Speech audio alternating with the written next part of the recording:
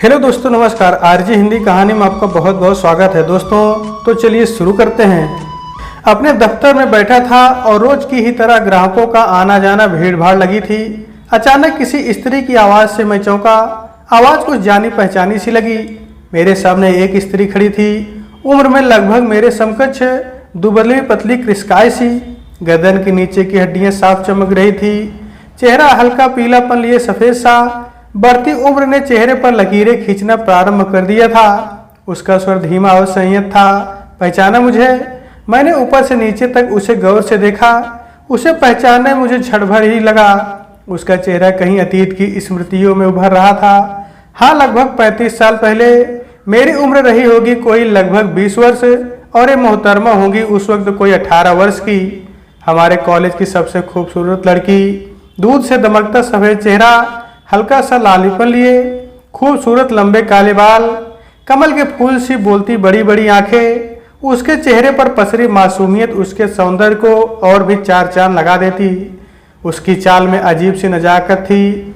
College के gate पर उसके पहुंचने का इंतजार करते युवकों का जमावड़ा लगा रहता। बस उसकी एक झलक देख ले तो बस आज का दिन सफल हो जाए। मैं और मेरा दोस्त भी उस भीड़ का हिस्सा अक्सर बने होते थे। कॉलेज के युवकों पर उसके रूप का सम्मोहन था। यहाँ तक कि आसपास के कॉलेजों के युवक भी उसकी एक झलक पा लेने को हमारे कॉलेज में आकर जमा हो जाते थे। और पूरी तरह कॉलेज में महफूज थी। कॉलेज के दादा टाइप के लड़के स्वयंभू उसके संरक्षक बन गए थे। किसी की क्या मजाल कि कोई लड़का उसे कोई कमेंट पास कर ले या किसी तरह की छेड़खानी कर ले। उसे मालूम भी ना होगा कि उसके कारण कॉलेज में कितनी बार युवकों के मध्य सरफुटौल हुई होगी। उसकी खूबसूरती के सम्मुख बहुत से युवकों ने अपने आप को स्वयं ही बौना मान लिया था और उन्हें लगता था कि इस चांद को पाना उनके लिए मुमकिन नहीं है। इन्हीं होला पस्त युवकों में से एक मैं भी था। पर मेरे मित्र के साथ ऐसा नहीं था। जिस समय कॉलेज पहुंचती थी, मैं और मेरा मित्र कॉलेज के गेट पर पहले से ही पहुंचे हुए होते। वो लड़की जब भी पास से गुजरती, मेरे मित्र के हाव भाव में नर्वसता झलकने लगती। मैं दोस्त की दशा देखकर मुस्कुराने से स्वयं को रोक न पाता। बहुत दिनों तक ये सिलसिला यूं ही चलता रहा। मुझे लगा नया नया आशिक है, कुछ दिनों में खुद ही ठंडा हो जाएगा। पर उसकी दीवानगी थी जो कम होने का नाम ही नहीं ले रही थी। उस युवती ने कभी नजर भर उठाकर भी उसकी ओर नहीं देखा। कभी कभी मैं उसका मजाक भी उड़ा देता। उसे मन ही मन बहुत बुरा लगता होगा, पर उसने कभी मुझसे किसी तरह का उलाहना नहीं किया। खैर, इसके आए मित्र उस वर्ष इंटरमीडिएट की परीक्षा में फेल हो गए। युवती कॉलेज में पहुंच गई। अब मेरा और उस युवती का कॉलेज एक था और मेरे मित्र का दूसरा। वो दिन भर अपना कॉलेज छोड़कर मेरे कॉलेज में पड़ा रहता। मित्र की आदतों में अजीब सा बदलाव भी आ गया। उसकी दिलचस्पी मेरी डायरी में भी होने लगी। अब वो अक्सर मेरी कहानियां, कविताएं रुचि से पढ़ता, मुझे सुझाव भी देता और कभी कभी शब्दों के प्रयोग पर मुझसे बहस भी करता। शेर व शायरी और कविताओं की तरफ उसका रुझान बढ़ने लगा। एक दिन उसने मुझसे मनुहार की कि मैं उसके लिए एक प्रेम पत्र लिखूं जो कि वो उस युवती को देना चाहता है। मित्रता का तकाजा था और उसके आग्रह को स्वीकार करना मेरे मित्र धर्म की व्यवस्था थी। तो थोड़ी बहुत मान मनोबल के बाद मैं उसका एक कार्य करने को तैयार हो गया। एक प्रेम पत्र लिखा गया। कई दौर की बहसों और संशोधनों के पश्चात उसे अंतिम रूप दिया गया। उसने संभाल कर उस पत्र को अपने पास रखा और मुझे धन्यवाद देता हुआ अपने घर की ओर निकल गया। कई दिनों तक मेरी उससे मुलाकात ही नहीं हुई, जबकि हम बेनागा रोज के मिलने वाले थे। उसके इस तरह से गायब हो जाने से मेरा चिंतित होना स्वाभाविक था। जब वो कई दिनों तक नहीं आया तो मैंने स्वयं ही उसके घर जाकर मिलने का निर्णय लिया। उसका घर मेरे घर से बहुत दूरी पर था। किसी तरह साइकिल पर लुढ़कता फुढ़कता उसके घर पर पहुंचा। घर के द्वार पर ही उसके पिताजी से भेंट हो गई। उसके पिता रिटायर्ड फौजी अफसर थे। मेरे पर उनका विशेष स्नेह था। वो चाहते थे कि उनका पुत्र अधिक से अधिक मेरी संगत में रहे और मैं उसे मार्गदर्शन देता रहूं। उन्होंने मित्र को आवाज देकर बुलाया। वो बड़ी ही आत्मीयता से मुझे लेने आया। उसे सही सलामत देखकर मुझे काफी तसल्ली हुई। उनके भव्य मकान में उसका अपना निजी कमरा था और उसकी अपनी निजता थी। जैसे ही मैंने उसके कमरे में प्रवेश किया, मेरी नज़र कमरे में रखी मेज पर पड़ी। एक दिल के आकार का खूबसूरत कागज पेपर वेट के तले दबा था। मेज पर एक कटोरी, एक मोमबत्ती और एक चाकू रखा हुआ था। मुझे लगा कि कटोरी में मानवीय रक्त की बूंदें जमी हुई है। मेरे मित्र की ओर नजर की तो वो मुस्कुरा दिया और हल्के से बोला, देखो मैंने अपने रक्त से उस प्रेम पत्र का आकार दिया है। मैंने ऐसे किस्सों कहानियों में तो पढ़े थे, पर वास्तव में ऐसा हो सकता है मेरी कल्पना के बाहर था। मुझे मित्र की मानसिक दशा पर तरस आ रहा था। मैंने उसे समझाने का प्रयास भी किया, पर वो कुछ भी समझने को तैयार नहीं था। उसकी इस दीवानगी पर भी देर तक हम चर्चा करते रहे और अंतिम रूप से ये तय हुआ कि वो अपनी भावनाओं का इजहार उस युवती से इस पत्र के माध्यम से करेगा। तय हुआ कि दूसरे दिन वो स्वयं जाकर उस युवती को एक प्रेम पत्र भेंट करेगा। दूसरे दिन वो कॉलेज के गेट पर युवती के इंतजार में खड़ा था। उसके चेहरे के हाव भाव में नर्वसता थी। संभवतः युवती को वो प्रेम पत्र देने की हिम्मत वो नहीं जुटा पा रहा था। साय को जब मैं उससे मिला तो मैंने पूछा, वह क्या हुआ? उसने झुंझलाते हुए अपनी असफलता स्वीकार कर ली। आज वो अपने प्रेम पत्र को युवती तक नहीं पहुंचा पाया था। मैंने उसे तसल्ली देते हुए कहा, कोई बात नहीं, कल फिर से प्रयास कर लेना।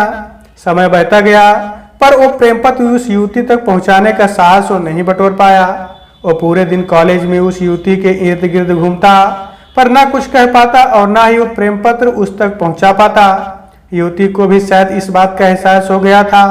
वो कभी कभी उसे देखकर मुस्कुरा देती, कभी वो पलटकर देखती कि कहीं वो उसका पीछा तो नहीं कर रहा है।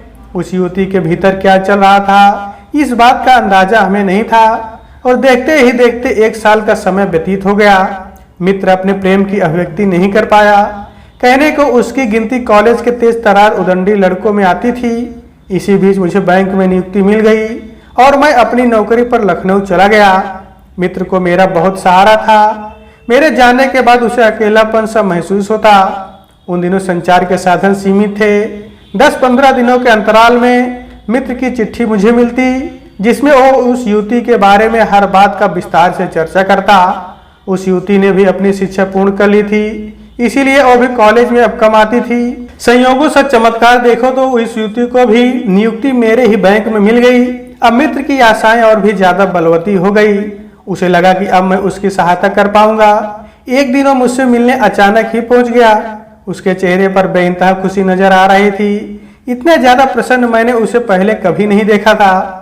वो उस युवती तक अपना प्रेम पत्र पहुंचाया था, बस उसे इंतजार था तो उसके उत्तर का। उस रोज वो अपने घर नहीं गया और मेरे साथ मेरे घर पर ही रुका। मैंने उसे रात भर बेचैनी में कमरे में इधर उधर टहलते देखा। सच बात तो ये थी कि मुझे भी उस युवती से किसी सकारात्मक जवाब की आस नहीं थी। युवती उससे ज्यादा पढ़ी लिखी थी, बैंक में नौकरी करती थी, जबकि मेरा मित्र अभी तक बेरोजगार ही था।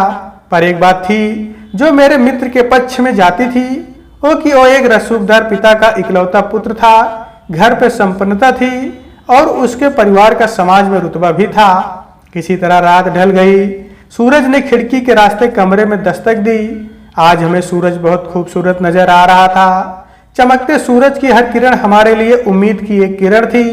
दोपहर को मेरे घर पर उसने दस्तक दी। वो पसीने से लथपथ था, उसकी सांसें तेजी से चल रही थी।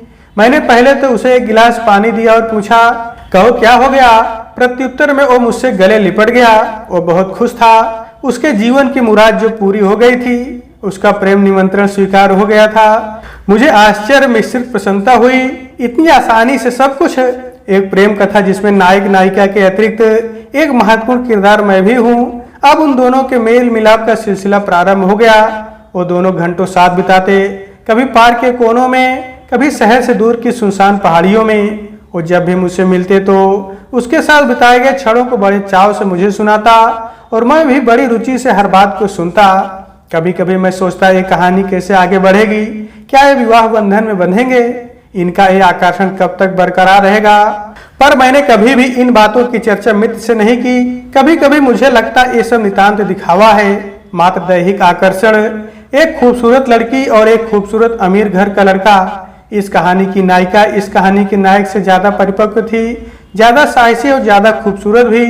नायक मात्र प्रेम दीवाना था, अपरिपक्व काल्पनिक संसार में विचरण करने वाला। पर प्रेम तो प्रेम है, समझदारी और असमझदारी की सीमाओं से अलग। दिल के धड़कने का अपना गणित है। इस कहानी की पटकथा मेरे पन्नों पर लिखी गई थी, अतः कभी कभी मैं इस प्रेम कहानी को मंजिल तक पहुंचाने की नैतिक जिम्मेदारी भी समझता था। और जिसके लिए मैंने प्रयास भी किया। एक दिन मित्र ने जिद पकड़ ली कि मैं भी उस युवती से मिलूं। एक होटल में हम मिले। युवती मुझे पहचानती थी। संभवतः कॉलेज में उसने मुझे मित्र के साथ अक्सर देखा होगा और मित्र ने मेरे बारे में उसे बहुत कुछ बता दिया था। इस प्रेम कथा को मंजिल तक पहुंचाने की जिम्मेदारी उन दोनों ने मुझ पर डाल दी। तय हुआ कि मित्र के पिता से मैं बात करूंगा और युवती भी अपने घर वालों से बात करेगी। तयशुदा कार्यक्रम के अनुसार मैं एक दिन मित्र के घर पहुंचा। अंकल मुझे देखकर बहुत प्रसन्न हुए। फिर कुछ देर तक इधर उधर की बातों के बाद मैंने सारे घटनाक्रम से उन्हें अवगत करवा दिया। अंकल बहुत ही खुले विचारों के थे। उन्हें इस बात पर किसी भी तरह की आपत्ति नहीं थी। वास्तविकता तो थी, वो भी उसका जल्दी से जल्दी विवाह कर देना चाहते थे। अंकल से मिलकर मुझे बहुत अच्छा लगा। युवती के परिवारजनों को इस परिवार से मिलवाना था। मैं अपनी उपलब्धि पर बहुत प्रसन्न था। उधर युवती ने भी अपने घर में अपने निर्णय की जानकारी दे दी थी। एक दिन युवती के पिता मुझसे मिले और मित्र के परिवार से संपर्क करा देने का अनुरोध करने लगे। दोनों परिवार मिल चुके थे। सब कुछ सामान्य सा था। लड़के वालों की ओर से किसी भी प्रकार की मांग नहीं थी। अंकल ने स्पष्ट कर दिया था कि वो सूक्ष्म और सादगी से विवाह करवाना चाहते हैं। बस अब इंतजार था तो उस दिन का जब वो दोनों विवाह बंधन में बंधे। इस प्रेम कहानी की सुखद परिणति का अनुभव मुझे होने लगा, पर ऐसा हुआ नहीं। एक कहानी पटरी से कब उतर गई मुझे पता ही नहीं चला। एक दिन वो मुझसे मिलने आया। अस्त व्यस्त उलझे उलझे बाल, आंखें सूजी सूजी मानो कई दिनों से सोया ना हो। उसने मुझे बताया कि उन दोनों के बीच में सब कुछ समाप्त हो गया। पहले तो युवती के पिता कई तरह के अड़ंगे लगाते रहे, पर युवती उसके साथ खड़ी रही। पर अब युवती भी अपने परिवारजनों की सम्मति अनुसार ही चलने का निर्णय ले चुकी है। जहां तक मुझे महसूस हुआ कि युवती के परिवारजनों में अपने से ऊंचे स्तर पर रिश्ता बनाने में कहीं हिचक थी। युवती के पिता में आत्मविश्वास की कमी मुझे शुरू से ही महसूस हुई थी। उनके परिवार की आर्थिक स्थिति भी अच्छी नहीं थी। रोजगार युक्त वो युवती उनके परिवार का बहुत बड़ा सहारा थी। उसका छोटा भाई था जो कॉलेज में अभी पढ़ रहा था। युवती के परिवारजनों को लगता था कि मेरा मित्र किसी रईस परिवार का बिगड़ा हुआ इकलौता पुत्र है और वो उनकी लड़कियों को खुश नहीं रख पाएगा। जब युवती पर परिवार का दबाव पड़ने लगा तो शायद उसने भी किनारा करना उचित समझ लिया। पर एक बात स्पष्ट थी कि जितना भावुक मेरा मित्र था उतनी भाव को युवती नहीं थी। शायद परमात्मा ने इन रिश्ते को ऐसे ही गढ़ा था। मित्र कई दिनों तक अवसाद में रहा और मैं निरंतर उसका हौसला बढ़ाता रहा और अंत में मैंने और उसके पिता ने कहीं अन्यत्र विवाह के लिए तैयार कर लिया। एक सुंदर सुशील कन्या से उसका विवाह हो गया और वो आज अपने परिवार के साथ मजे से रह रहा है। वो युवती आज एक प्रौढ़ महिला के रूप में मेरे सम्मुख उपस्थित थी। मेरी कहानी का अनजाना हिस्सा जिसे जानने की ललक मुझ में थी। मैंने उसे बैठने का आग्रह किया। वो शांत और सहज रूप से मेरे सम्मुख बैठ गई। मैंने उसके लिए पानी मंगवाया और चाय का ऑर्डर कर लिया। मैं अपनी सभी जिज्ञासाओं को शांत कर लेना चाहता था। इतने वर्षों से उपजे प्रश्नों के उत्तर मुझे चाहिए थे। बातों का सिलसिला आगे बढ़ा। कैसी हो? मैंने प्रश्न किया। प्रत्युत्तर में उसने मुस्कुराते हुए उत्तर दिया, ठीक हूँ। कहाँ थी इतने सालों से? तुम्हारे परिवार में कौन कौन है? अचानक क्या हो गया था जो तुमने उन संबंधों को ठुकरा दिया था? तुम्हारे मम्मी पापा और भाई कैसे हैं? एक ही झटके में इतने सारे प्रश्न सुनकर वो मुस्कुरा दी। वही हंसी जो 35 साल पहले उसके चेहरे पर उभरती थी। बताती हूँ, सब कुछ बताती हूँ। मैं जानती हूँ कि आप मेरे बारे में क्या सोचते होंगे। विडंबना देखिए अपने समाज की कि किसी भी औरत के बारे में विपरीत राय कितनी जल्दी बना लेते हैं। एक औरत के अंदर की औरत को कोई भी समझने को तैयार नहीं होता है। पुरुष को औरत के बाहर की सुंदरता चाहिए बस। कोई खूबसूरत सी लड़की दिखी, आप उस पर सम्मोहित हो गए। उसके मन में क्या चल रहा है इसकी किसे परवाह है? ये मत समझना कि उसे मैं तभी से जानती थी जिस दिन उसने मुझे प्रेम पत्र दिया था। एक दिन कॉलेज के गेट की भीड़ में खड़े उस लड़के पर मेरी नजर पड़ गई। मैं अच्छी तरह जानती थी कि आप भी उस लड़के के साथ अक्सर खड़े रहते थे। वो मेरे इर्द गिर्द मंडराता था। इस बात का मुझे एहसास था, पर वो मात्र ऐसा युवक नहीं था। सही बात तो यह है कि उसका व्यक्तित्व मुझे प्रभावित करता था। मेरी सहेलियां भी मुझे उसका नाम लेकर चिढ़ाती थी। मुझे मेरे परिवार की आर्थिक स्थिति का भान था और मैं अपनी जिम्मेदारी को निभाना चाहती थी। मेरे लिए उस समय प्रेम मायने नहीं रखता था और मैं शीघ्र से शीघ्र अपने पैरों पर खड़े होकर अपने परिवार का सहारा बनना चाहती थी। मैं गौर से उस युवक के क्रियाकलापों पर विचार करती। मुझे कहीं से भी इस युवक में जिम्मेदारी वाली भावना ना दिखाई पड़ती, पर मेरे प्रति उसकी आसक्ति कभी कभी मुझे गुदगुदा देती। मेरी कुछ सहेलियां उसके घर के आसपास रहती थी और बकौल उनके वो एक संपन्न परिवार से ताल्लुक रखता था और उनका मानना था कि अगर ये युवक कुछ भी ना करे तो भी तुम्हें जिंदगी भर सुख से रख सकता था। मेरी नौकरी लग गई थी और मैं अपने परिवार की गाड़ी को पटरी पर ला रही थी। मम्मी पापा कभी कभी मेरे विवाह के विषय पर भी चर्चा कर लेते थे। पिता की नौकरी कोई बहुत अच्छी नहीं थी, छोटा भाई अभी पढ़ ही रहा था, पर मेरी उम्र बढ़ रही थी और मुझे भी कभी कभी लगता था कि मेरा कोई हो, मेरा अपना, जो मुझे समझ सके, जिससे मैं अपने हृदय का हर राज बांट सकूं। और इसी समय संयोग से आपके मित्र अपना प्रेम पत्र लिए मेरे सम्मुख हाजिर हो गए। उन्होंने चलते समय जबरदस्ती से वो पत्र मेरे हाथ में थमा दिया था। एक बार को तो मेरा मन हुआ कि वो पत्र मैं वहीं सड़क पर फेंक दूं, पर मैं रास्ते में किसी तरह का तमाशा नहीं खड़ा करना चाहती थी। लिहाजा घर पहुंचकर मैंने उस पत्र को ध्यान से पढ़ा। सच पूछो तो उस पत्र में लिखी हर बात मुझे बनावटी लगी।